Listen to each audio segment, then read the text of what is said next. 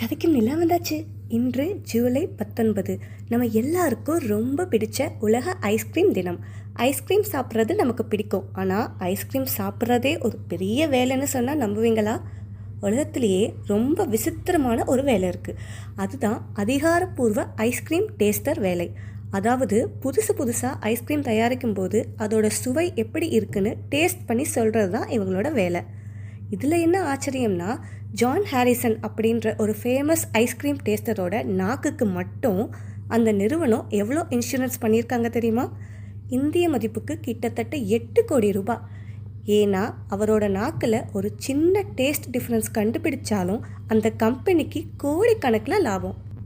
அதைவிட கொடுமை, அவங்க ஐஸ்கிரீமை டேஸ்ட் பண்ணும்போது தங்க ஸ்பூன் தான் யூஸ் பண்ணுவாங்க. ஏன்னா சாதாரண ஸ்பூனில் சாப்பிட்டா அந்த பிளாஸ்டிக் அல்லது மெட்டல் டேஸ்ட் ஐஸ்கிரீமோட கலந்துடுமா. என்ன, நமக்கெல்லாம் காசு கொடுத்து ஐஸ்கிரீம் வாங்கி சாப்பிட்றதுக்கு காசு இல்லை, இவங்களுக்கு சாப்பிட்றதுக்கு கோடி கோடியாக சம்பளம் கொடுக்குறாங்க. உங்களுக்கு பிடிச்ச ஐஸ்கிரீம் ஃப்ளேவர் எதுன்னு கமெண்ட்டில் சொல்லிட்டு போங்க. டாடா.